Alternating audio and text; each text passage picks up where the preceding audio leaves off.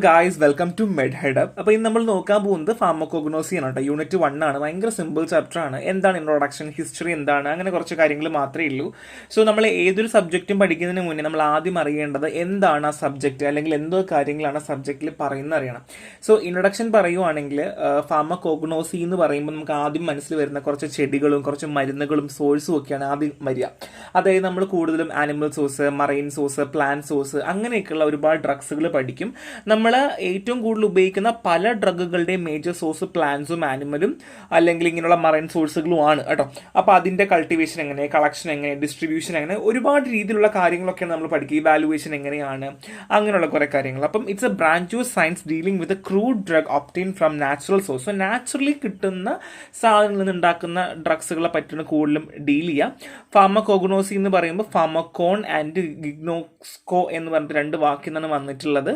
So ഒരു Greek വേർഡാണ്. So ആദ്യമായിട്ട് ഈ ഫാർമക്കോഗ്നോസി എന്ന് പറഞ്ഞത് CA സെറ്റ്ലർ ആണ് 1815. സോ നമുക്ക് അതിൻ്റെ ഒന്നും അത്രയ്ക്കും ആവശ്യമൊന്നും ഇല്ല, ജസ്റ്റ് ബേസിക് കാര്യങ്ങൾ മാത്രം മനസ്സിലാക്കിയാൽ മതി കേട്ടോ. So first of all scope of pharmacognosy പറയണം. സോ ബേസിക്കലി നമ്മൾ ഓൾറെഡി പറഞ്ഞതുപോലെ പ്ലാന്റിനെ പറ്റിയും ഒക്കെയാണ് നമ്മൾ അറിയുന്നതല്ലേ. അപ്പോൾ അതുകൊണ്ട് തന്നെ നമുക്ക് പ്ലാന്റ് കൾട്ടിവേഷൻ, ബ്രീഡിങ് എങ്ങനെ, പ്ലാന്റ് പാത്തോളജി എങ്ങനെ, പ്ലാന്റ് ജെനറ്റിക്സ് എങ്ങനെ, അങ്ങനെയുള്ള ഒരുപാട് കാര്യങ്ങൾ നമുക്കിതിൽ അറിയാൻ പറ്റും എന്നുള്ളതാണ്. രണ്ടെന്ന് വെച്ചാൽ ഒരു ഫാർമസിയെ സംബന്ധിച്ച് അല്ലെങ്കിൽ ഫാർമസി പ്രൊഫഷനെ സംബന്ധിച്ച് ഫാർമക്കോഗ്നോസിക്ക് ഒരുപാട് കീ റോളുണ്ട്. കാര്യം എന്താണ്, നാച്ചുറൽ പ്രൊഡക്ട്സ് ഒക്കെ ഡെവലപ്പ് ചെയ്യുക, ഡിസ്കവറി, അങ്ങനെ ഒരുപാട് കാര്യങ്ങൾ ചെയ്യുന്നുണ്ട്.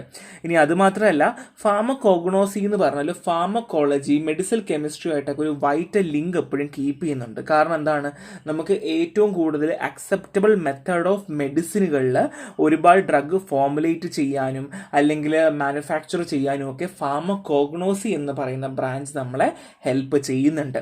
ഇനി അതുമാത്രമല്ല, botany, taxonomy, plant biotechnology, plant genetics, plant pathology, pharmaceutics, pharmacognosy, phyto chemistry, ഇങ്ങനെയുള്ള എല്ലാ സബ്ജക്റ്റുകൾക്കും ഡെവലപ്മെന്റുകൾക്ക് ഒരു മേജർ റോള് ഫാർമക്കോഗ്നോസി വഹിച്ചിട്ടുണ്ട് എന്നുള്ളതാണ് കേട്ടോ.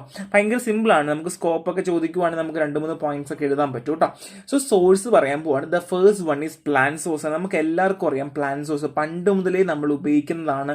പ്ലാന്റ് സോഴ്സ് ഇപ്പോൾ നമുക്ക് പറയുവാണെങ്കിൽ നമ്മുടെ ഇന്ത്യനെ സംബന്ധിച്ച് നമ്മുടെ oldest method of medicinal system ayurvedic system അല്ലേ.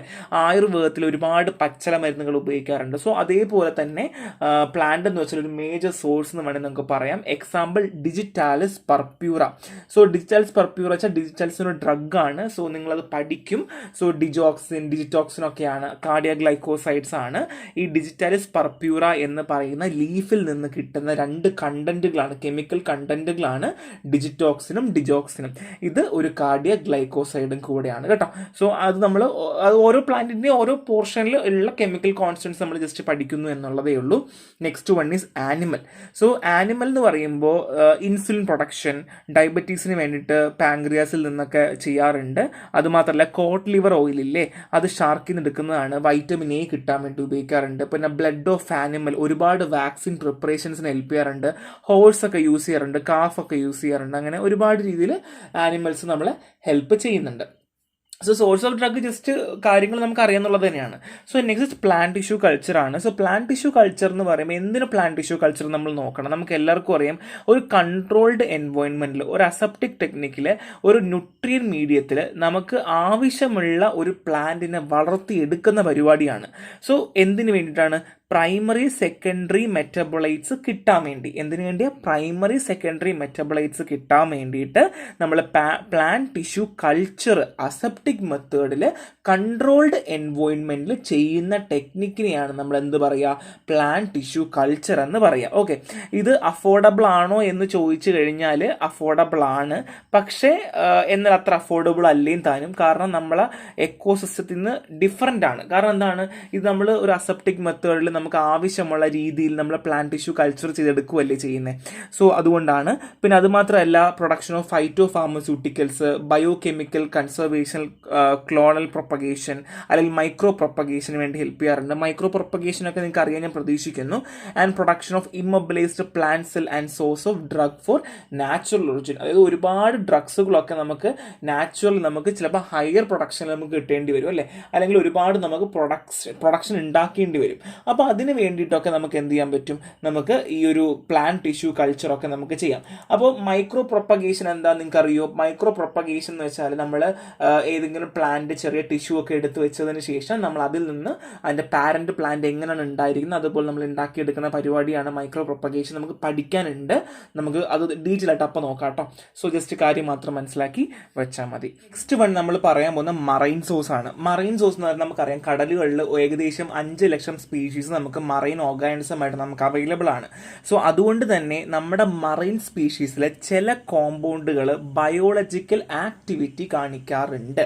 അതായത് western medicine agar, alginic acid, carrageenan, protamine sulphate, spermaceti and cod and halibut, liver oil, ഇങ്ങനെയുള്ള ഒരുപാട് മറൈൻ മെഡിസിൻ പ്രൊഡക്ട്സ് നമുക്ക് കിട്ടും. ഈ പേരുകൾ പഠിക്കണം എന്ന് നിർബന്ധമില്ല, അങ്ങനെയൊന്നും ചോദിക്കാൻ ചാൻസ് ഇല്ല കേട്ടോ.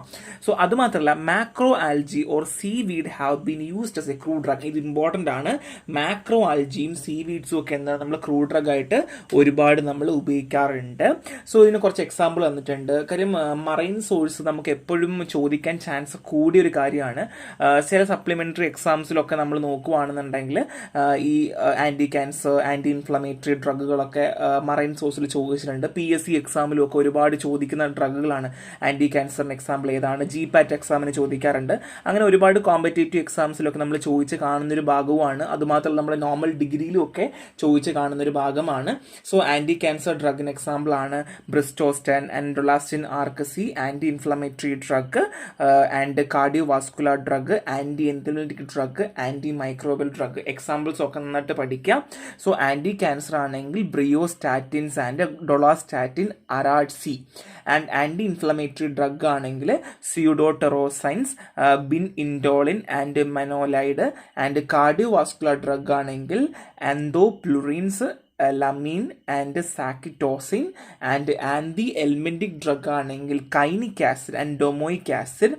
ആൻറ്റി മൈക്രോബൽ ഡ്രഗ് ആണെങ്കിൽ സെഫാലോസ്പോറിൻ, ഇസ്റ്റാമൈസിൻ ആൻഡ് നിറ്റീൻ ആണ്, അല്ലെങ്കിൽ നിറ്റിനൈൻ ആണ്.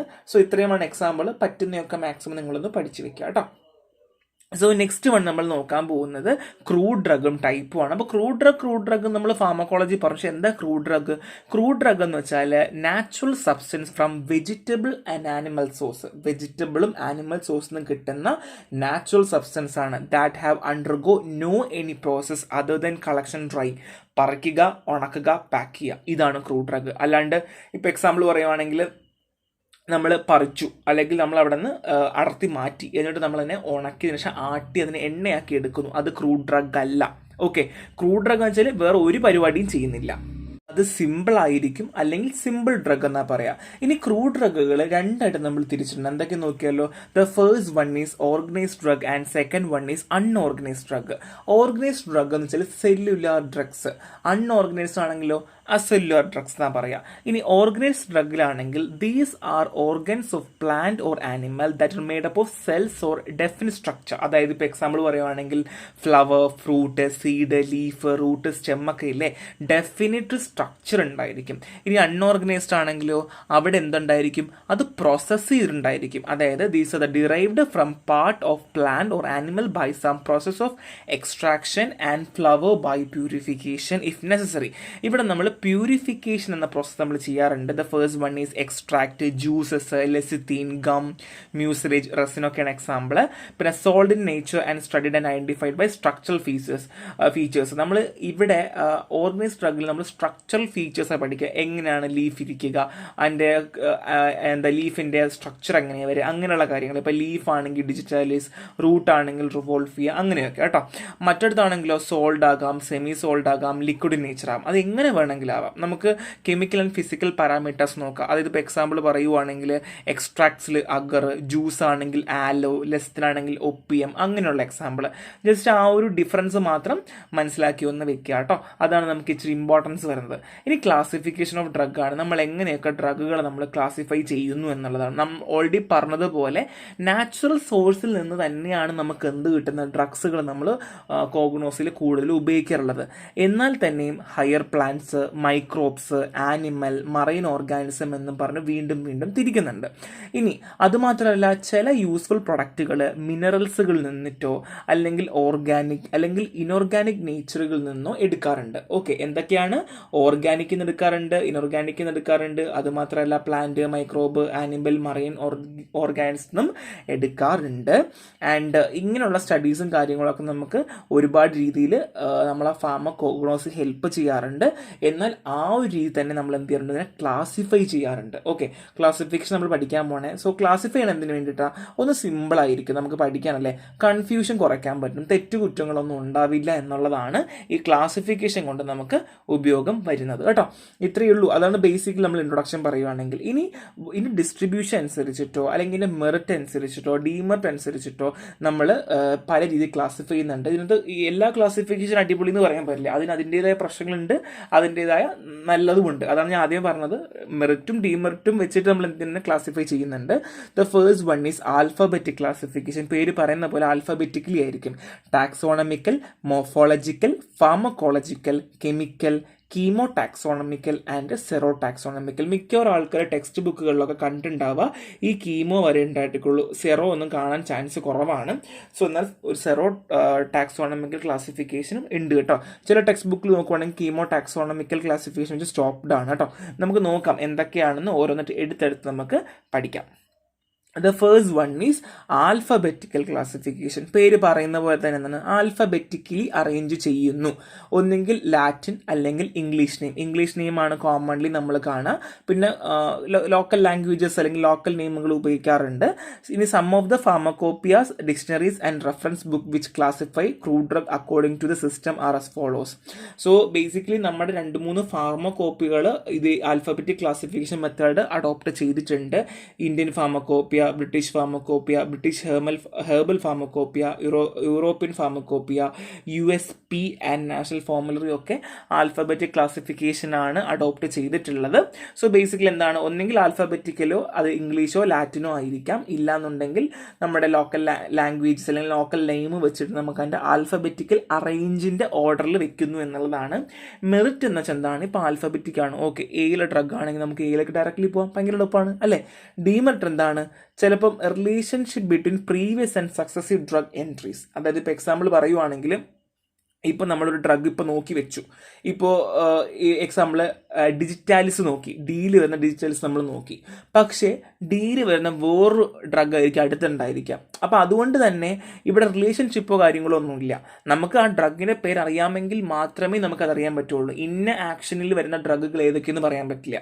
ഇപ്പോൾ എക്സാമ്പിൾ എനിക്കറിയണം വേദന കുറയ്ക്കുന്ന ഡ്രഗുകൾ ഏതൊക്കെയെന്ന് എനിക്കറിയണം. പക്ഷേ ഇവിടെ നടക്കുമോ? ഇല്ല, ആൽഫബറ്റിക് ആണ്. അപ്പോൾ അതുകൊണ്ട് പേരറിഞ്ഞാൽ മാത്രമേ നമുക്കറിയാൻ പറ്റൂ. പക്ഷേ പകരം ഇപ്പോൾ ഫാർമക്കോളജിക്കൽ ആക്ഷൻ ഉള്ള ഡ്രഗുകൾ, അപ്പോൾ അനാൽജസിക് എന്ന് പറഞ്ഞാൽ രണ്ടിൽ പേരുകളുള്ള ഡ്രഗുകൾ കിട്ടും. അതാണ് എളുപ്പം അല്ലേ. So example acacia, benzoin, cinchona, dill, ergot, ഫെനലൊക്കെയാണ് എക്സാമ്പിൾ വരുന്നത് കേട്ടോ. സോ ഇതാണ് alphabetical classification. So next one is taxonomical അല്ലെങ്കിൽ ബയോളജിക്കൽ ക്ലാസിഫിക്കേഷൻ എന്ന് പറയാറുണ്ട്. ഇവിടെ നമ്മൾ എങ്ങനെയാണ് ക്ലാസിഫൈ ചെയ്യാന്ന് വെച്ചാൽ നമ്മൾ morphological, microscopic, chemical, embryological, serological, genetics ഇങ്ങനെയുള്ള ക്യാരക്ടേഴ്സ് വെച്ചിട്ടാണ് നമ്മൾ പ്ലാന്റിനെ ക്ലാസിഫൈ ചെയ്യുന്നത്. എന്തൊക്കെയാണ്? Morphological, microscopical, chemical, embryological, genetic, serological കേട്ടോ. ഇങ്ങനെയാണ് നമ്മൾ ക്ലാസിഫൈ ചെയ്യുക. So kingdom, sub kingdom, division, class, order, family, ജനസ്, species ഒക്കെ വെച്ച് നമ്മൾ ക്ലാസിഫൈ ചെയ്യാറുണ്ട്. നമുക്ക് എല്ലാവർക്കും അറിയാം, നമ്മൾ ഓൾറെഡി +2 പഠിക്കുന്ന കാര്യമാണ്. മെറിറ്റ് പറയുവാണെങ്കിലോ നമുക്ക് എവല്യൂഷണറി ഡെവലപ്മെൻറ്റുകളൊക്കെ അറിയാൻ വേണ്ടി ഒരുപാട് ഹെൽപ്പ് ചെയ്യാറുണ്ട്. ഡീമെറിറ്റ് പറയുവാണെങ്കിൽ system also do not correlate in the chemical constant and biological activity of the drug. എന്താണ്? അതായത് ഇപ്പം മോർഫോളജിക്കലി പറയുവാണ്, ഇപ്പം ഓവലായിട്ടിരിക്കുന്ന ഡ്രഗുകളെല്ലാം ഒരെണ്ണത്തിൽ കൊണ്ടുവരിക. ഇപ്പം മൈക്രോസ്കോപ്പിക്കൽ നോക്കുവാണ്, ഇപ്പം എക്സാമ്പിൾ പറയുന്നത് മൈക്രോസ്കോപ്പിൽ ഇപ്പോൾ പാരൻ കൈമാറ്റിക് സെല്ല് ഉള്ള ഒരു 2-3 പ്ലാന്റ് ഒരുമിച്ച് കൊണ്ടുവരിക. അപ്പം അങ്ങനെയൊക്കെ കൊണ്ടുവന്ന് കഴിയുമ്പോൾ നമുക്ക് എന്ത് ചെയ്യാൻ പറ്റില്ല, അത് ഒരുമിച്ച് കോറിലേറ്റ് ചെയ്ത് നമുക്ക് പഠിക്കാനോ പറയാനോ പറ്റില്ല എന്നുള്ളതാണ് അതിൻ്റെ ഡീമെറിറ്റ് പറയുന്നത് കേട്ടോ.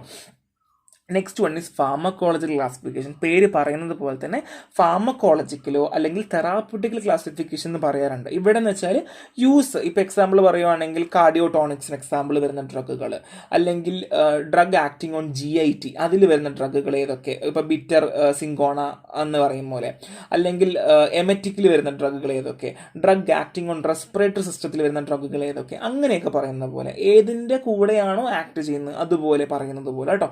മെറിറ്റ് പറയുവാണെന്നുണ്ടെങ്കിൽ ഈ ഒരു സിസ്റ്റം നമുക്ക് ബേസിക്കലി നമുക്ക് എല്ലാവർക്കും അറിയാം, ഈ ഡ്രഗ് ആക്ടിങ് ഓൺ GIT അല്ലെങ്കിൽ drug acting on respiratory system എന്ന് പോയിന്റ് ഔട്ട് ചെയ്ത് പറയുന്നു അല്ലേ, അല്ലെങ്കിൽ ഇന്നതിൻ്റെ അണ്ടറിൽ വരുന്നതാണ് എന്നാണ് പറയുന്നത്. അപ്പോൾ അതുകൊണ്ട് തന്നെ നമുക്ക് വേണമെങ്കിൽ സബ്സ്റ്റിറ്റ്യൂവൻറ്റ് ഡ്രഗുകളും കൂടെ നമുക്ക് നോക്കാം. എന്തുകൊണ്ടാണ്? കാര്യം ഇപ്പം example drug acting on respiratory system എന്ന് പറയുന്നത് 12 ഒരുപാട് ഡ്രഗ് ഉണ്ടാവും. അപ്പോൾ അതിൽ ഏത് ഡ്രഗ് വേണമെങ്കിലും ഉപയോഗിക്കാം. അപ്പം suggestion of substitution of drugs എന്താണ് ഇവിടെ നമുക്ക് പോസിബിൾ ആണ്. ഡ്രഗ് ക്ലാസിഫൈ ചെയ്യുന്നത് എന്താണ്? ഫാർമക്കോളജിക്കലിയാണ് ക്ലാസിഫൈ ചെയ്യുന്നത്. ഓക്കെ, അതുകൊണ്ട് തന്നെ നമുക്ക് ഒരിടത്ത് അല്ലെങ്കിൽ ഒരു ഡ്രഗ് മാത്രമേ ഇവിടെയുള്ളൂ, അടുത്ത ഡ്രഗ് കിട്ടണമെങ്കിൽ ഓരോടത്ത് പോകണം, അങ്ങനെ ഒരു കൺസിഡറേഷൻ ഒന്നുമില്ല. ഡീമെറിറ്റ് എന്താണ്? ഡീമെറിറ്റ് എന്ന് വെച്ചാൽ നമുക്ക് എല്ലാവർക്കും അറിയാം, ഇവിടെ കൺഫ്യൂഷൻ ഉണ്ടാക്കാനുള്ള ചാൻസ് ഭയങ്കര കൂടുതലാണ്. അതെന്തുകൊണ്ടാണ്? ഓരോ ഡ്രഗുകൾക്കും അല്ലെങ്കിൽ ഓരോ രീതിയിലുള്ള ആക്ഷൻസുകൾ വേറെയുമുണ്ട്. ഇപ്പോൾ എക്സാമ്പിൾ പറയുവാണെങ്കിൽ ഇപ്പം സെന്നയ്ക്ക് ഒരു ആക്ഷൻ മാത്രമാണോ? ആലോയ്ക്ക് ഒരു ആക്ഷൻ മാത്രമാണോ? ആലോ ലക്സേറ്റീവ് ആണ്, അല്ലെങ്കിൽ ഡോസ് കൂട്ടിക്കഴിഞ്ഞാൽ അത് പർഗേറ്റീവായി മാറും. അതുമാത്രമല്ല ഹെയർ ടോണിക് ആണ്, അല്ലെങ്കിൽ നമ്മൾ സൺബേണിന് യൂസ് ചെയ്യാറുണ്ട്. അപ്പോൾ ഒരുപാട് യൂസുകൾ വീണ്ടും വരുന്നുണ്ട് അല്ലേ. അപ്പോൾ അതുകൊണ്ട് തന്നെ ഒരു യൂസ് മാത്രമായിരിക്കണം എന്നില്ല. അപ്പോൾ അതുകൊണ്ട് മേ ബി ഒരു കൺഫ്യൂഷൻ വന്നേക്കാം, അങ്ങനെയുള്ള കാര്യങ്ങളൊക്കെ വരും. ഇപ്പോൾ എക്സാമ്പിൾ പറയുകയാണെങ്കിൽ cinchona is an anti malarial drug because of presence of quinine ഉള്ളത് കൊണ്ട് എന്താണ്? സിങ്കോൺ ഒരു ആൻറ്റി മലർ ഡ്രഗ് ആണ്, but can be put under the group of drug affecting ഹാർട്ടിൽ അഫക്റ്റ് ചെയ്യുന്ന ഡ്രഗ് നമുക്ക് കൊടുക്കാൻ പറ്റും. ഈ anti arrhythmic action of quinidine ഉണ്ട്, അപ്പോൾ അതുകൊണ്ട് തന്നെ ആൻറ്റി അരിത്തീമിക് ആക്ഷനും ഉണ്ട്. അപ്പോൾ അങ്ങനെ ഒരു ഡീമെറിറ്റ് നമുക്ക് ഫാർമക്കോളജിക്കൽ ക്ലാസിഫിക്കേഷൻ നമുക്ക് കാണാൻ പറ്റും എന്നുള്ളതാണ് കേട്ടോ. So next one is chemical classification. പേര് പറയുന്ന പോലെ തന്നെ കെമിക്കൽ കോൺസ്റ്റിറ്റ്യൂവൻസ് വെച്ചുകൊണ്ടുള്ള ക്ലാസിഫിക്കേഷൻ. ഇപ്പോൾ പറയുവാണെങ്കിൽ ആൽക്കലോയിഡ്സ്, ഗ്ലൈക്കോസൈഡ്സ്, ടാനിൻസ്, കാർബോഹൈഡ്രേറ്റ്, സപ്പോണിൻസ് ഒക്കെയാണ് എക്സാമ്പിൾ വരിക കേട്ടോ. സോ ഇവിടെ നമ്മൾ ഈ ബാക്കിയുള്ളത് പറഞ്ഞതുപോലെ തന്നെയാണ്. ഇപ്പോൾ എക്സാമ്പിൾ ഗ്ലൈക്കോസൈഡിനാണെങ്കിൽ ഡിജിറ്റാൽ, സെന്ന, കസ്കാര, ആൽക്കലോയിഡ്സ് ആണെങ്കിൽ സിങ്കോണ, ഡത്തൂറ, നക്സ്വോമിക്ക, ടാനിൻസ് ആണെങ്കിൽ പെയിൽ, കറ്റച്ചു, അശോക. ഇപ്പോൾ ബേസിക്കലി നമ്മുടെ കോമ്പറ്റേറ്റീവ് എക്സാംസും അല്ലെങ്കിൽ നമ്മുടെ ബിഫാം സിലബസ് ഒക്കെ വരുന്നത് ഇങ്ങനെയാണ്. ഗ്ലൈക്കോസൈഡിന് അണ്ടറിൽ വരുന്ന ഡ്രഗുകൾ, ആൽക്കലോയിഡ്സിന് അണ്ടറിൽ വരുന്ന ഡ്രഗുകൾ, അങ്ങനെയാണ് കൂടുതലും പറയുക. കാര്യം എന്താണ്? നമുക്ക് അതാണ് സ്പെസിഫൈ ചെയ്ത് പഠിക്കാനാണ് നമുക്ക് ഏറ്റവും എളുപ്പം. സോ കെമിക്കൽ ക്ലാസിഫിക്കേഷൻ ആണ് കൂടുതൽ എപ്പോഴും ഫോക്കസ് ചെയ്യാറുള്ളത്. ഇതൊരു പോപ്പുലർ അപ്രോച്ചാണ്, അത് തന്നെയാണ് എൻ്റെ മെറിറ്റും. ഏറ്റവും കൂടുതൽ പോപ്പുലർ അപ്രോച്ചാണ് ഫൈറ്റോ കെമിക്കൽ സ്റ്റഡീസിൻ്റെ കാര്യത്തിൽ. ഡീമെറിറ്റ് ഉണ്ട്. എന്താണ്? ഇപ്പോൾ എക്സാമ്പിൾ പറയുകയാണെങ്കിൽ ഗ്ലൈക്കോസൈഡ്, ഇതിനകത്ത് പല ഡ്രഗുകളും പറയുന്നുണ്ട്, പല ഡ്രഗുകളും അതിനകത്ത് പല ആക്ഷൻസും ഉണ്ട്. നേരത്തെ പറഞ്ഞ സെയിം കാര്യം തന്നെ നമുക്ക് ഇവിടെയും കോപ്പി ചെയ്യാൻ പറ്റും. അപ്പോൾ അതുകൊണ്ട് തന്നെ കൺഫ്യൂഷൻസ് ഒക്കെ ഉണ്ടാവാനുള്ള ചാൻസ് കൂടുതലാണ്. അതുമാത്രമല്ല ഒരു ക്ലാസ് ഓഫ് കെമിക്കൽ കോൺസ്റ്റുവൻറ്റ് മാത്രം അതിനകത്ത് ഉണ്ടാവണമെന്നില്ല, ഡിഫറെൻറ്റ് ഗ്രൂപ്പ് ഓഫ് കോമ്പൗണ്ട്സുകളുണ്ട്. അതൊരു പ്രശ്നം തന്നെയാണ് കെമിക്കൽ ക്ലാസിഫിക്കേഷനകത്ത് കേട്ടോ. സോ നെക്സ്റ്റ് വൺ നമ്മൾ പറയാൻ പോകുന്ന കീമോ ടാക്സോണമിക്കൽ ക്ലാസിഫിക്കേഷൻ. അതായത് chemically similarity of a taxon എന്നാണ് നമ്മൾ ഈ ഒരു സിസ്റ്റത്തിനെ നമ്മൾ ഏകദേശം പറയുന്നത്. അതായത് it is based on the existence of relationship between constituent in various plant. എന്തൊക്കെയാണ്? Existence of relationship between constant in various plant. There are certain type of chemical constant that characterize certain class of plant. This give birth to entirely a new concept of chemotaxonomy that utilize chemical fact characters for understanding the taxonomical status, relationship and evolution of plant. രണ്ട് കാര്യങ്ങളാണ് ഇവിടെ നമ്മൾ mainly focus ചെയ്യുക. കീമോടാക്സോണമി, അതായത് chemical fact നോക്കും, അതിൻ്റെ കൂടെ എന്താണ് പ്ലാന്റിൻ്റെ ടാക്സോണമിക്കൽ ഫീച്ചേഴ്സും കൂടെ നോക്കും. ഒന്നും കൂടെ പറഞ്ഞുതരാം. എന്താണ്? Chemically similarity of a taxon, അതായത് based on existence of relationship between constituents in various plant, ഒരുപാട് പ്ലാന്റുകൾ, ഒരുപാട് കോൺസ്റ്റിറ്റ്യുവൻസ് ഉണ്ട്. ഇതിൻ്റെ റിലേഷൻഷിപ്പിനെയും അതുമാത്രമല്ല there are certain type of chemical constant that characterise certain class of plant. അതിൽ ചില സർട്ടൻ ക്യാരക്ടേഴ്സ് അല്ലെങ്കിൽ ചില സർട്ടൻ കെമിക്കൽ കോൺസ്റ്റൻസ് മാത്രമുള്ള ചില സർട്ടൻ പ്ലാന്റ്സുകളുണ്ട്. അതിനെപ്പറ്റി പഠിക്കുന്നതാണ് കീമോ ടാക്സോണമിക്കൽ. ചിലത് മാത്രം എടുത്തു വെച്ച് പഠിക്കുന്നതാണ് കേട്ടോ. For example, tropin alkaloid generally occurs among the membrane of Solanaceae, thereby serving as a chemotaxonomical marker. അതായത് ഇപ്പോൾ എക്സാമ്പിൾ ഞാൻ പറഞ്ഞതുപോലെ എന്താണ്, ചില കെമിക്കലുകൾ അല്ലെങ്കിൽ ചില കെമിക്കൽ കോൺസ്റ്റുവൻസ് മാത്രം എടുത്തു വെച്ച് പഠിക്കുന്നത്. ഇപ്പോൾ ട്രോപ്പിൻ ആൽക്കലോയിഡ് ഉണ്ടാവുന്ന സോളനേഷ്യ ഫാമിലിയിൽ വരുന്ന പ്ലാന്റ്സിലാണ്. അപ്പോൾ അത് മാത്രം എന്ത് ചെയ്യുന്നു, എടുത്തു വെച്ച് പഠിക്കുന്നു. അതാണ് കീമോടാക്സോണമിക്കൽ ക്ലാസിഫിക്കേഷൻ എന്ന് പറയുക. അതായത് നമ്മളതിനെ കീമോടാക്സോണമിക് മാർക്കർ. അപ്പോൾ സോളനേഷ്യസിലെല്ലാം ട്രോപ്പിൻ ആൽക്കലോയിഡ്സുകൾ ഉണ്ടെന്ന് നമ്മൾ മനസ്സിലാക്കുന്നു. ഓക്കെ, അങ്ങനെയുള്ള കാര്യങ്ങൾ. ഇപ്പം മെറിറ്റ് എന്ന് വെച്ചതാണ് ഇത് ലേറ്റസ്റ്റ് സിസ്റ്റം ഓഫ് ക്ലാസിഫിക്കേഷൻ ആണ്. കൂടുതൽ നമുക്ക് സ്കോപ്പ് ഉണ്ട്. കാര്യം ഒരുപാട് കെമിക്കൽ കോൺസ്റ്റൻസ് അറിയാനും അല്ലെങ്കിൽ അതിൻ്റെ ബാക്കിയുള്ള ബയോസിൻസ് അറിയാനും അതിൻ്റെ പോസിബിലിറ്റീസ് അറിയാനും ഒരുപാട് നമുക്ക് സ്കോപ്പുകളുള്ളൊരു ഭാഗമാണ് കീമോടാക്സോണമിക്കൽ. സോ ബേസിക്കലി ഇവിടെ ഉദ്ദേശിക്കുന്നത് നമ്മൾ ആ ഒരു കെമിക്കൽ കോൺസ്റ്റൻറ്റ് ഫോക്കസ് ചെയ്ത് പഠിക്കുന്നു അല്ലെങ്കിൽ ഫോക്കസ് ചെയ്ത് ക്ലാസിഫൈ ചെയ്യുന്നു എന്നുള്ളതാണ്. പക്ഷേ കൂടുതലും സ്പെസിഫിക് ആയിട്ട്. നെക്സ്റ്റ് സെറോ ടാക്സോണമിക്കൽ ക്ലാസിഫിക്കേഷൻ ആണ്. This is based on the anti serum properties of protein homogenetically between plants. So ഇവിടെ എന്താണ്, ആൻറ്റി സെറം പ്രോപ്പർട്ടീസ്. ഒന്നെങ്കിൽ ആൻറ്റി സെറം പ്രോപ്പർട്ടീസോ അല്ലെങ്കിൽ പ്രോട്ടീൻ ഹീമോജനസിറ്റി ആണ് നമ്മളിവിടെ കൂടുതലും നോക്കുന്നത്. Protein most widely uses an antigen in sero taxonomy are those which carefully usefully taxonomic information and there easy to handle. അതായത് ഈ പ്രോട്ടീൻസ് എന്ന് പറഞ്ഞാൽ നമ്മൾ വൈഡ്ലി ഉപയോഗിക്കുന്ന ഒരു ആൻറ്റിജൻസ് ആണല്ലോ സോ സെറോ ടാക്സോണമിയിൽ. അപ്പോൾ അതുകൊണ്ട് തന്നെ നമുക്കിത് ഇങ്ങനെയുള്ളൊരു ക്ലാസിഫിക്കേഷൻ നമുക്ക് ഒരുപാട് ഹാൻഡിലിന് ഭയങ്കര എളുപ്പമാണ്. Both structurally and reverse protein can be used in the field of systematics. So normally നമുക്ക് എന്ത് ചെയ്യാം, സ്ട്രക്ചറലും അതുമാത്രമല്ല റിവേഴ്സ് പ്രോട്ടീൻസും ഒക്കെ നമുക്ക് എന്ത് ചെയ്യാം ഇതിനകത്ത് ഈ ഫീൽഡ് ഓഫ് സിസ്റ്റമാറ്റിക്സിനകത്ത് ഉപയോഗിക്കാം. As long as they belong to the same group and the same organs are always compared. അതായത് സെയിം ഗ്രൂപ്പ് സെയിം ഓർഗൻസിലൊക്കെയാണ് നമ്മൾ നോക്കുക, അത് കമ്പയർ ചെയ്യുന്നു. സോ ബേസിക്കലി സെറോ ടാക്സോണമിക്കൽ എന്ന് ഉദ്ദേശിക്കുന്നത് എന്താണ്, ഇവിടെ പ്രോട്ടീൻ ഹീമോജനറ്റിക്കലി ബിറ്റ്വീൻ പ്ലാന്റ്സ് ആണ് നോക്കുന്നത്. അതായത് രണ്ട് കാര്യങ്ങൾ, ഒന്നെങ്കിൽ പ്രോട്ടീൻ അല്ലെങ്കിൽ ആൻറ്റി സെറം പ്രോപ്പർട്ടീസ് ആണ് നമ്മൾ ബേസ് ചെയ്ത് നോക്കുക. ആ രണ്ട് കാര്യമാണ് മെയിനായിട്ട് നോക്കി വെക്കേണ്ടത്. ഞാൻ പറഞ്ഞതുപോലെ എല്ലാ ടെക്സ്റ്റ് ബുക്കുകളിലും സെറോ ടാക്സോണമിക് ക്ലാസിഫിക്കേഷൻ കാണില്ല, ഇതൊരു എക്സ്ട്രാ ഇൻഫർമേഷൻ ആണ് കേട്ടോ. സോ എക്സാമ്പിൾ പറയുകയാണെങ്കിൽ close relationship between Magnoliidae and Hamamelidae and comiflora of the angiosperm has been found based on competitive serological study of their major seed protein. This has refuted the idea of their independent evaluation. അതായത് ഈ മൂന്ന് സാധനങ്ങളിൽ ഈ പേര് പറഞ്ഞ മൂന്ന് സാധനങ്ങളിൽ എന്തുണ്ട്, ഇതിനകത്ത് ആൻജിയോസ്പേം കാണുന്നുണ്ട്.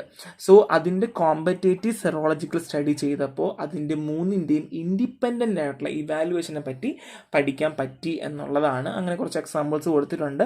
Merit latest technique of classification ആണ്. അത് നമുക്ക് കൂടുതൽ വിശ്വസിക്കാൻ പറ്റുന്ന ക്ലാസിഫിക്കേഷൻ ആണ്. സോ ഇത് എക്സ്ട്രാ സോഴ്സ് ആണ്, നമുക്ക് വേണമെങ്കിൽ ജസ്റ്റ് ഒന്ന് നമുക്ക് നോട്ട് ചെയ്ത് പഠിച്ച് വെച്ചാൽ മതി കേട്ടോ. So next one is adulteration. നമുക്ക് എല്ലാവർക്കും അറിയാം എന്താണ് അഡൾട്രേഷൻ ചെയ്യുന്നതിൻ്റെ ആവശ്യം എന്താണ്. അഡൾട്രേഷൻ ചെയ്താൽ നമുക്ക് ഒരുപാട് പൈസ ഉണ്ടാക്കാം. അത് രണ്ട് തരത്തിലുണ്ട്, ഇൻറ്റൻസിലുണ്ട് അൺഇൻറ്റൻസിലുണ്ട്. മനഃപൂർവ്വം ചെയ്യുന്നുണ്ട്, അറിയാണ്ട് ചെയ്യുന്നുണ്ട്. മനഃപൂർവ്വം ചെയ്യുന്നതിനാണ് പ്രോഫിറ്റ് ഉണ്ടാക്കാൻ വേണ്ടി, അറിയാണ്ട് ഇപ്പോൾ ആക്സിഡൻ്റലി ഒക്കെ സംഭവിക്കുക അല്ലേ.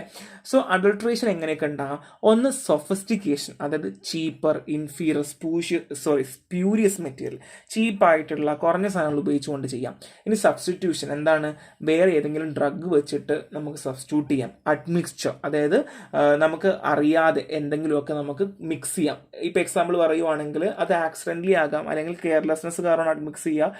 ഇപ്പോൾ എക്സാമ്പിൾ ക്ലോവ് നമുക്ക് എല്ലാവർക്കും അറിയാം അല്ലേ. ക്ലോവിൻ്റെ കൂടെ നമുക്ക് വേണമെങ്കിൽ ആ ക്ലോവിൻ്റെ ബാർക്കുകളോ അല്ലെങ്കിൽ അതിൻ്റെ റൂട്ടൊക്കെ നമുക്ക് ചേർക്കാം. നമുക്ക് അറിയില്ല, കാരണം സെയിം മണമൊക്കെ ഉണ്ടായിരിക്കും. നമ്മൾ എന്ത് ചെയ്യുന്നത്, ക്ലോവാന്ന് പറഞ്ഞിട്ട് ചെയ്യുന്നു. അല്ലെങ്കിൽ ക്ലോവിൻ്റെ പൊടി ഉണ്ടാക്കുന്നു, അല്ലെങ്കിൽ ഏലക്കട പൊടി ഉണ്ടാക്കുന്നു. ഏലക്കട പൊടി ഉണ്ടാക്കുമ്പോൾ കുരുവ യൂസ് ചെയ്യുക, സീഡ യൂസ് ചെയ്യുക അല്ലെ അകത്ത് തരുന്നത്. പുറത്തെ കോട്ട് അല്ലെങ്കിൽ ഹസ്ക് നമുക്ക് വേണമെങ്കിൽ പൊടിച്ച് ചേർക്കാൻ പറ്റും. അപ്പോൾ നമുക്ക് അറിയാൻ പറ്റില്ല. അപ്പോൾ അങ്ങനെയുള്ള കാര്യങ്ങൾ. നെക്സ്റ്റ് ഡിറ്റോറിയേഷൻ ആണ്, അതായത് കുറഞ്ഞ അല്ലെങ്കിൽ ചീത്തയായിട്ടുള്ള സാധനങ്ങൾ അല്ലെങ്കിൽ ഫൈറ്റോ കോൺസ്റ്റൻസ് ഇല്ലാത്ത റിമൂവ് ചെയ്ത സാധനങ്ങൾ ഉപയോഗിക്കാം. ഇനി സ്പോയിലേജ് ആണ്, ബാക്ടീരിയോ ഫംഗസോ റോഡൻസോ ഒക്കെ കാരണം നശിച്ചു പോയ സാധനങ്ങളൊക്കെ വെച്ചിട്ട് നമുക്ക് ചെയ്യാൻ പറ്റും. ഇതൊക്കെയാണ് മെയിൻ ആയിട്ടുള്ളത്. ഇത് നമുക്ക് കുറച്ച് മനസ്സിലാക്കി കഴിഞ്ഞാൽ നമുക്ക് പിന്നെ അങ്ങോട്ടെല്ലാം മനസ്സിലാവും. ഇനി ഞാൻ പറഞ്ഞതുപോലെ അഡൾട്രേഷൻ 2 തരത്തിലാണ്, മനഃപൂർവ്വം അറിഞ്ഞുകൊണ്ടും അറിയാണ്ടും, അല്ലെങ്കിൽ ഇൻറ്റൻഷലിയും അൺഇൻറ്റൻഷലിയും. സോ നേരത്തെ പറഞ്ഞ സെയിം കാര്യം. അതൊക്കെ ഡെലിബറേറ്റ് അഡൾട്രേഷൻ എന്തിനാണ് ഞാൻ പറഞ്ഞു ഓൾറെഡി. നമ്മൾ പറഞ്ഞതുപോലെ ഡെലിബറേറ്റ് അഡൾട്രേഷൻ കൊണ്ട് ഉദ്ദേശിക്കുന്നത് അൺഇൻറ്റൻഷലി അല്ലെങ്കിൽ അറിയാണ്ട്. ഇപ്പോൾ എക്സാമ്പിൾ, ഇപ്പം ചില ഡ്രഗുകൾ നമുക്ക് എല്ലാ സമയവും നമുക്ക് കളക്ട് ചെയ്യാൻ പറ്റിയെന്ന് വരില്ല. ഇപ്പോൾ എക്സാമ്പിൾ പറയണമെങ്കിൽ സെന്ന ലീവ്സുകൾ നമുക്ക് കളക്ട് ചെയ്യേണ്ട സമയമുണ്ട്, അല്ലെങ്കിൽ ഉണക്കേണ്ട സമയമുണ്ട്. അപ്പോൾ നമ്മൾ അറിയാണ്ട് പറിക്കുക. അല്ലാന്നുണ്ടെങ്കിൽ ഇപ്പോൾ റോങ് വെതറിൽ നമ്മൾ കളക്ട് ചെയ്യുക, അല്ലെങ്കിൽ റോങ് വെതറിൽ നമ്മൾ കൾട്ടിവേറ്റ് ചെയ്യുക, അതൊക്കെ പ്രശ്നം വരുവാണ്. പിന്നെ അതുപോലെ പ്രോസസ്സ് ചെയ്യുന്ന സമയത്ത് ചില സമയത്ത് എന്ത് ചെയ്യില്ല, ഇപ്പോൾ എക്സാമ്പിൾ ജിഞ്ചറൊക്കെ കളക്ട് ചെയ്യുന്ന സമയത്ത് നന്നായിട്ട് കഴുകിയെന്ന് വരില്ല, അല്ലെങ്കിൽ പുറം ചട്ട ഹസ്ക് റിമൂവ് ചെയ്യുമെന്ന് വരില്ല. അപ്പോൾ ഞാൻ നേരത്തെ പറഞ്ഞ സെയിം കാര്യങ്ങൾ. ഇനി അത് മാത്രമല്ല ഡിഫറെൻറ്റ് ഡ്രഗുകൾ അറിയാണ്ട് ഉപയോഗിച്ച് പോവുക, അതൊക്കെയാണ് നമ്മൾ അറിയാണ്ട് ചെയ്യുന്നത്. ഇതൊക്കെ നമ്മൾ ഓൾറെഡി പറഞ്ഞത്, നമുക്ക് അറിയാന്നുള്ള കാര്യമാണ്. സോ ഇത് കുറച്ച് എക്സാമ്പിൾസ് ആണ്. So deliberate adulteration. So basically adulteration with artificial manufacture substance with crude ഡ്രഗിന്റെ കൂടെ ആർട്ടിഫിഷ്യൽ സാധനങ്ങൾ ഉപയോഗിക്കാറുണ്ട്. പാരഫിൻ വാക്സിൻ, ബീസ് വാക്സിൻ ഇവിടെ പാരഫിൻ വാക്സ് ചേർക്കും. അപ്പോൾ നമുക്ക് അറിയാൻ പറ്റില്ല, രണ്ടും ഒരുപോലെ ഉണ്ടാവുക. അങ്ങനെയൊക്കെ ചേർക്കുന്നവരോടുണ്ട്. Alexander senna is added with Indian senna. Alexander സെന്നയിലാണ് കെമിക്കൽ കോൺസ്റ്റൻസ് കൂടുതലുള്ളത്, അതിൽ ഇന്ത്യൻ സെന്നയായിട്ട് മിക്സ് ചെയ്യുക. പിന്നെ അഡൾട്രേഷൻ വിത്ത് എക്സോസിൻ മെറ്റീരിയൽ, അതായത് എക്സോസ്റ്റ് ആയിട്ടുള്ള മെറ്റീരിയൽ, വോളറ്റൈൽ ഓയിൽ ഇല്ലാത്ത സാധനങ്ങൾ വെച്ചിട്ട് നമ്മൾ ചെയ്യാം, ഹാംഫുൾ സബ്സ്റ്റൻസ് വെച്ച് ചെയ്യാം. പിന്നെ അങ്ങനെ ഒട്ടും കണ്ടന്റുകൾ ഇല്ലാത്തത്, അല്ലെങ്കിൽ വെജിറ്റേറ്റീവ് മെറ്റീരിയൽ, ഞാൻ പറഞ്ഞതുപോലെ റൂട്ടും അല്ലെങ്കിൽ എൻ്റെ സ്റ്റമ്മും ഒക്കെ എടുത്തിട്ട് മിക്സ് ചെയ്യാൻ പറ്റും. അപ്പോൾ അങ്ങനെ ഒരുപാട് കാര്യങ്ങളൊക്കെ നമ്മൾ അഡൾട്രേറ്റ് ചെയ്യാറുണ്ട്, ഡെലിബറേറ്റ്ലി അഡൾട്രേഷൻ നമ്മൾ ചെയ്യാറുണ്ട്. So next one is evaluation, standardization, quality control. So നമ്മളൊക്കെ എങ്ങനെ ഇവാലുവേറ്റ് ചെയ്യാം? നമ്മുടെ കയ്യിൽ കിട്ടിയ സാധനം നല്ലതാണോ ചീത്തയാണോ, അല്ലെങ്കിൽ ഡ്രഗുകൾ ഇങ്ങനെ അഡൾട്രേറ്റ് ചെയ്തിട്ടുണ്ടോ ഇല്ലയോ നമുക്ക് എങ്ങനെ അറിയാൻ പറ്റുക? നമുക്ക് ചെയ്യാൻ പറ്റുന്ന ഒരു ഒറ്റ ഐഡിയ എന്താണ്? മൈക്രോസ്കോപ്പിക് അല്ലെങ്കിൽ മാക്രോസ്കോപ്പിക് ഇവാലുവേഷൻ ചെയ്യാം. ഏതൊക്കെയാണ്? ഓർഗനോലെപ്റ്റിക് ഇവാലുവേഷൻ ചെയ്യാം. അവിടെ മാക്രോ ഉണ്ട്, മോർഫോളജിക്കലും ഉണ്ട്. മൈക്രോസ്കോപ്പിക് ഇവാലുവേഷൻ ഉണ്ട്, കെമിക്കൽ ഇവാലുവേഷൻ ഉണ്ട്, ഫിസിക്കൽ ഇവാലുവേഷൻ ഉണ്ട്, തെറാപ്യൂട്ടിക് അല്ലെങ്കിൽ ഫാർമക്കോളജിക്കൽ അല്ലെങ്കിൽ ബയോളജിക്കൽ ഇവാലുവേഷൻ ഉണ്ട്. അപ്പോൾ നമ്മൾ ക്ലെയിം ചെയ്യുന്ന കണ്ടന്റുകളിലുണ്ടെന്നും, അല്ലെങ്കിൽ നമ്മൾ ക്ലെയിം ചെയ്യുന്ന ഫാർമക്കോളജിക്കൽ ആക്ഷൻ ഉണ്ടെന്നും, അല്ലെങ്കിൽ നമ്മൾ ക്ലെയിം ചെയ്യുന്ന മൈക്രോസ്കോപ്പിക് ഫാക്ടേഴ്സ് ഉണ്ടെന്നും ഉള്ളത് നമ്മൾ തെളിയിക്കണം. അതാണ് ഇവാലുവേഷൻ കൊണ്ട് ഉദ്ദേശിക്കുന്നത്, അല്ലെങ്കിൽ സ്റ്റാൻഡർഡൈസേഷൻ കൊണ്ട് ഉദ്ദേശിക്കുന്നത്, അല്ലെങ്കിൽ ക്വാളിറ്റി കൺട്രോൾ കൊണ്ട് ഉദ്ദേശിക്കുന്നത്. ഓക്കെ, അതൊക്കെ എങ്ങനെയൊക്കെ നോക്കിയാലോ. The first one is organoleptic evaluation. മാക്രോസ്കോപ്പിക്കും ഉണ്ട്, മോർഫോളജിക്കലും ഉണ്ട്. സോ ഇവിടെ നമ്മൾ എന്താണെന്ന് വെച്ചാൽ മാക്രോസ്കോപ്പിക് അപ്പിയറൻസ്, അതായത് സെൻസറി ക്യാരക്ടേഴ്സ് ഓഫ് ഡ്രഗ് ആണ് നോക്കുക. Morphology, shape, size, colour, external marking, odour, taste ഒക്കെയാണ് നോക്കുക.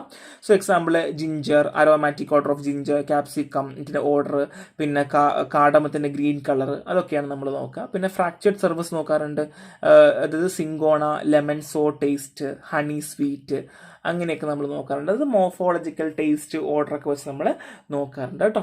സോ അതൊക്കെയാണ് എക്സാമ്പിൾ വരുന്നത്. So next is microscopic evaluation. പറഞ്ഞതുപോലെ മൈക്രോസ്കോപ്പിക്കലി നോക്കുന്നു. Trichomes, calcium oxalate, starch grain, pollen grains, അങ്ങനെയുള്ള നമുക്ക് ഹിസ്റ്റോളജിക്കൽ ഫീച്ചേഴ്സ് നോക്കുന്നു. എങ്ങനെയാണ് സെൽ അറേഞ്ച് ചെയ്തിരിക്കുന്നത്, ടിഷ്യൂസ് ഏതൊക്കെയാണ്, അപ്പോൾ അങ്ങനെയുള്ള അതിൻ്റെ കളർ എങ്ങനെ, ഓർഡർ എങ്ങനെ, സ്റ്റൊമാറ്റോ നമ്പർ എങ്ങനെ, പാരസിറ്റ് റേഷ്യോ എങ്ങനെ, സ്റ്റൊമാറ്റോ ഇൻഡെക്സ് എങ്ങനെ എന്നൊക്കെ നമുക്ക് അറിയാൻ പറ്റും. ഇപ്പം മൈക്രോസ്കോപ്പിക് എവാലുവേഷൻ ചെയ്യുമ്പോൾ നിങ്ങൾ ഉദ്ദേശിച്ചിട്ടുണ്ടാവും അതിനിപ്പോൾ കളറും ഓർഡറും ടേസ്റ്റും നോക്കേണ്ട ആവശ്യം ഉണ്ടോ എന്ന് നോക്കാറുണ്ട്. കാരണം എന്താണെന്ന് വെച്ചാൽ ചില സമയത്ത് നമുക്ക് ഇവാലുവേഷന് കിട്ടുന്നത് പൗഡേർഡ് ഡ്രഗ് ആയിരിക്കും. ആ സമയത്ത് നമ്മൾ മൈക്രോസ്കോപ്പിക് ഇവാലുവേഷന് മുന്നേ മാക്രോസ്കോപ്പി ആയിട്ടുള്ള ഓർഡറും കളറും ടേസ്റ്റും നമ്മൾ ചിലപ്പോൾ നോക്കാറുണ്ട് കേട്ടോ. അതൊരു എസ്പെഷ്യൽ കേസാണ്. സോ ഇതൊക്കെയാണ് നമ്മുടെ എക്സാമ്പിൾ. പിന്നെ എക്സാമ്പിൾ പറയുവാണെങ്കിൽ ഇപ്പം നമ്മൾ സെൽ കൗണ്ട് നോക്കുക, സ്റ്റൊമാറ്റോ കൗണ്ട് നോക്കുക, ഇതൊക്കെയാണ് മൈക്രോസ്കോപ്പിക് ഇവാലുവേഷനകത്ത് കൂടുതലും വരുന്നത് കേട്ടോ. So next one is chemical evaluation. So നമുക്കറിയാം അല്ലേ എന്താണ് ക്വാളിറ്റേറ്റീവ് ആൻഡ് ക്വാണ്ടിറ്റേറ്റീവ് ഡിറ്റർമിനേഷൻ ആണ്. എന്തൊക്കെയാണ് ക്വാളിറ്റേറ്റീവ് ക്വാണ്ടിറ്റേറ്റീവ് ഡിറ്റർമിനേഷൻ ആണ്. സോ അതിൽ ആക്റ്റീവ് പ്രിൻസിപ്പിൾസ് ഉണ്ടോ, നമ്മൾ പറയുന്ന സാധനം ഉണ്ടോ, കെമിക്കൽ ടെസ്റ്റുകൾ നമ്മൾ കുറേ എംപ്ലോയ് ചെയ്യും, അല്ലെങ്കിൽ കുറേ കെമിക്കൽ ടെസ്റ്റുകൾ ചെയ്തിട്ട് ക്രൂഡ് ഡ്രഗിൻ്റെ കോൺസ്റ്റിറ്റ്യുവൻസ് പറയുന്ന അത്രയും ഉണ്ടോ, കെമിക്കൽ അസീസ് ചെയ്യുക, ഇവാലുവേറ്റ് ചെയ്ത് എല്ലാം ഓക്കെ ആണോ, നമ്മൾ പറയുന്ന സ്പെസിഫിക് സ്റ്റാൻഡേർഡ്സുമായിട്ടുണ്ടോ എന്നുള്ള കാര്യങ്ങൾ നോക്കുകയാണ് ചെയ്യുന്നത്. സോ ജനറലി രണ്ടായിട്ട് തിരിക്കുന്നുണ്ട്. Preliminary phytochemical screening. എന്താണ്? The first one is preliminary phytochemical screening and particularly chemical test for different phytoconstituents. So basically preliminary phytochemical screening നമ്മൾ ചെയ്യുന്നത് പിന്നെ chemical test for different phytoconstituents ആണ് ചെയ്യുന്നത്. എക്സാമ്പിൾ ആൽക്കലോയിഡ്സിന് Dragendorff test, Mayer's test, Wagner's test, cardiac ഗ്ലൈക്കോസൈഡിനാണെങ്കിൽ Legal test, Baljet test, Keller Kiliani ടെസ്റ്റുകൾ, carbohydrate Molisch's test, Fehling solution test et cetera. അപ്പോൾ ഇങ്ങനെയുള്ള ടെസ്റ്റുകളൊക്കെയാണ് നമ്മൾ സ്പെസിഫിക്കലി നമ്മൾ ചെയ്യുന്നത് കേട്ടോ. സോ നമ്മളിത് കംപ്ലീറ്റ് ചെയ്യുന്ന 2 പോർഷനിലാണ്. The first one is preliminary phytochemical screening ചെയ്യും, രണ്ടാമത് കെമിക്കൽ ടെസ്റ്റുകൾ ചെയ്യുകയാണ് ചെയ്യുക. അപ്പോൾ 2 നമ്മൾ തിരിച്ചിട്ടുണ്ട്, 2 പാർട്ടായിട്ട് തിരിച്ചിട്ടുണ്ട്. ഇങ്ങനെയാണ് നമ്മൾ ചെയ്യുന്നത്. So next one is biological evaluation. So biological ഇവാലുവേഷനിൽ നമ്മൾ ചെയ്യുന്നത് ഫാർമക്കോളജിക്കൽ ആക്ടിവിറ്റി ചെക്ക് ചെയ്യുക എന്നുള്ളത് തന്നെയാണ്. നമ്മൾ പറയുന്നത് പോലെ ഒരു ലിവിങ് ഓർഗാൻസിലോ അല്ലെങ്കിൽ ഐസൊലേറ്റഡ് ടിഷ്യൂലാണ് കൂടുതലും ചെയ്യുക. ലിവിങ് ഓർഗാൻസ് അധികം ചെയ്യാറില്ല. ടിഷ്യൂ എടുത്തതിന് ശേഷം അതിലേക്ക് നമ്മളൊരു മീഡിയം ഒക്കെ വെച്ചിട്ട് നമ്മൾ ബയോളജിക്കൽ മെത്തേഡിലോ അല്ലെങ്കിൽ ബയോ അസേസ് ചെയ്യും. ആൻറ്റിബയോട്ടിക്സ്, ടോക്സിൻസ്, ടോക്സോയിഡ്സ്, വൈറ്റമിൻസ് ഒക്കെ അസേ ചെയ്യില്ലേ, പെർട്ടിക്കുലർ നമ്മൾ അസേ ചെയ്യാറില്ല. അതേപോലുള്ള മെത്തേഡുകൾ നമ്മൾ ഉപയോഗിക്കുകയാണ് ചെയ്യുന്നത്. ഇപ്പോൾ analgesic activities evaluate by hot plate method, tail flickering method, മൗസിലൊക്കെ ചെയ്യുന്ന പരിപാടിയാണ്. അനാലിസിക്സ് കൊടുത്തിട്ട് മൃഗങ്ങളിൽ ചെയ്യുന്നതാണ്. പിന്നെ antibiotic activity evaluate by yeast induced pyrexia method, anti inflammatory activity evaluate by carrageenan induced rat paw oedema. So basically ആനിമൽസിലൊക്കെ ചെയ്ത് നോക്കാറുണ്ട്. ഇപ്പോൾ കൂടുതലും നമുക്ക് ടിഷ്യൂസിലൊക്കെ ഒരുപാട് ചെയ്ത് കാണാറുണ്ട്. സോ അങ്ങനെ ഒരുപാട് ടെസ്റ്റുകൾ ബയോളജിക്കൽ ഇവാലുവേഷനിൽ നമ്മൾ അധികം ചെയ്യാറുണ്ട് എന്നുള്ളതാണ്. Next one is physical evaluation. പറഞ്ഞിട്ടുണ്ടല്ലോ, ഫിസിക്കലി നോക്കുക. അതായത് നമ്മൾ പറയുന്ന വേരിയസ് ഫിസിക്കോ കെമിക്കൽ ടെക്നിക്കുകളൊക്കെ നമ്മൾ നോർമലി യൂസ് ചെയ്യാറുണ്ട്, അല്ലെങ്കിൽ ഡിറ്റർമൈൻ ചെയ്യാൻ വേണ്ടി നമ്മൾ ഉപയോഗിക്കാറുണ്ട് ക്രൂഡ് ഡ്രഗുകളിൽ. സോ ഇവിടെ നമ്മൾ ഫിസിക്കൽ ഇവാലുവേഷൻ കൊണ്ട് ഉദ്ദേശിക്കുന്നത് common physical constant use to evaluate crude drug or their extracted chemical principle include specific gravity. ഈ നമ്മൾ ഈ എക്സ്ട്രാക്ട് ചെയ്ത കെമിക്കൽ കോൺസ്റ്റിറ്റ്യുവൻസിൻ്റെ സ്പെസിഫിക് ഗ്രാവിറ്റി നോക്കുക, ഒപ്റ്റിക്കൽ റൊട്ടേഷൻ നോക്കുക, റിഫ്രാക്റ്റീവ് ഇൻഡെക്സ് നോക്കുക, മെൽറ്റിംഗ് പോയിന്റ് നോക്കുക, അങ്ങനെയുള്ള ഫിസിക്കൽ ഇവാലുവേറ്റ്, ആഷ് വാല്യൂ നോക്കുക, അങ്ങനെയുള്ള കാര്യങ്ങളൊക്കെയാണ് ഇവിടെ കൂടുതലും നോക്കുക. സോ ഇതൊക്കെ നമുക്ക് അറിയാം. ഒരുപാട് നമുക്ക് ഡ്രഗുകളുണ്ട്, അതിൻ്റെ കുറച്ച് എക്സ്ട്രാക്ഷൻസ് എടുക്കുക, എന്നിട്ട് അത് വെച്ച് നമ്മൾ നോക്കും. നമുക്ക് സ്റ്റാൻഡേർഡ്സ് ഉണ്ട്. സോ അതിൻ്റെ ആക്റ്റീവ് കോൺസ്റ്റിറ്റ്യുവൻസ് ഒക്കെ പറയുന്ന രീതിയിലുണ്ടോ എന്നുള്ളതാണ് ഫിസിക്കൽ ഇവാലുവേറ്റ് ചെയ്യുക. മറന്നു പോകരുത്, ഫിസിക്കൽ ഇവാലുവേഷൻ എന്ന് പറയുമ്പോൾ മിക്കവാറും ആൾക്കാർ എന്താണ് മോർഫോളജിക്കൽ ഇവാലുവേഷനായിട്ട് കമ്പയർ ചെയ്താറുണ്ട്. പുറത്തുനിന്ന് കാണുന്ന ഫിസിക്കൽ ഇവാലുവേഷൻ തൊട്ട് നോക്കുക, മണപ്പിച്ച് നോക്കുക, നക്കി നോക്കുക, ആ പരിപാടിയൊന്നുമല്ല. ഫിസിക്കൽ ഇവാലുവേഷൻ എന്താണ്, നമ്മൾ ഇതുപോലെ ഒപ്റ്റിക്കൽ റൊട്ടേഷൻ, സ്പെസിഫിക് ഗ്രാവിറ്റി ഒക്കെ ചെക്ക് ചെയ്യുന്ന പരിപാടിയാണ് ഫിസിക്കൽ ഇവാലുവേഷനിൽ കൂടുതലും പറയുന്നത് കേട്ടോ. ഇത്രയേ ഉള്ളൂ. ഇതാണ് ഫസ്റ്റ് ചാപ്റ്റർ. ഭയങ്കര സിമ്പിളാണ്. നിങ്ങളൊരു കഥ കേൾക്കും പോലെ പഠിച്ചാൽ മതി. ആ ഒരു ക്ലാസിഫിക്കേഷൻ വരെ മാത്രമേ ആ പേരിൽ പഠിക്കാൻ ബുദ്ധിമുട്ടുള്ളൂ. ബാക്കിയെല്ലാം ഭയങ്കര സിമ്പിളാണ്. സോ നെക്സ്റ്റ് വീഡിയോ കാണാം. ബൈ.